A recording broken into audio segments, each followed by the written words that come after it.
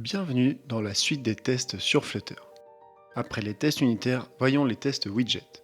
Les tests widget vont permettre d'interagir sur notre interface et vérifier si après X actions, nous avons le bon résultat.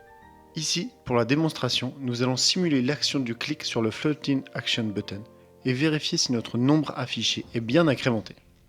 Le début est comme pour les tests unitaires. Création de fichier, le main.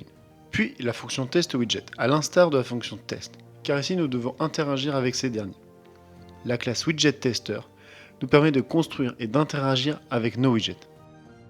Ici, nous allons build notre widget MyApp. N'oubliez pas le mot-clé await, car sinon le déroulé du test se fera sans que le build soit fini. Ensuite, écrivons nos tests. Tout d'abord, nous cherchons un texte 0 et ne pas trouver de texte 1. Pour tester, nous allons ajouter la configuration Flutter Test avec notre nouveau fichier.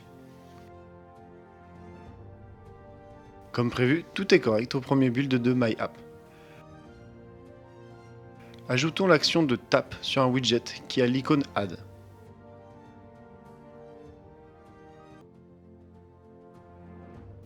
Après une action sur le widget, nous devons mettre à jour l'UI avec un awaitTester.pump. Ça a le même effet que le setState. Puis vérifions l'inverse de tout à l'heure.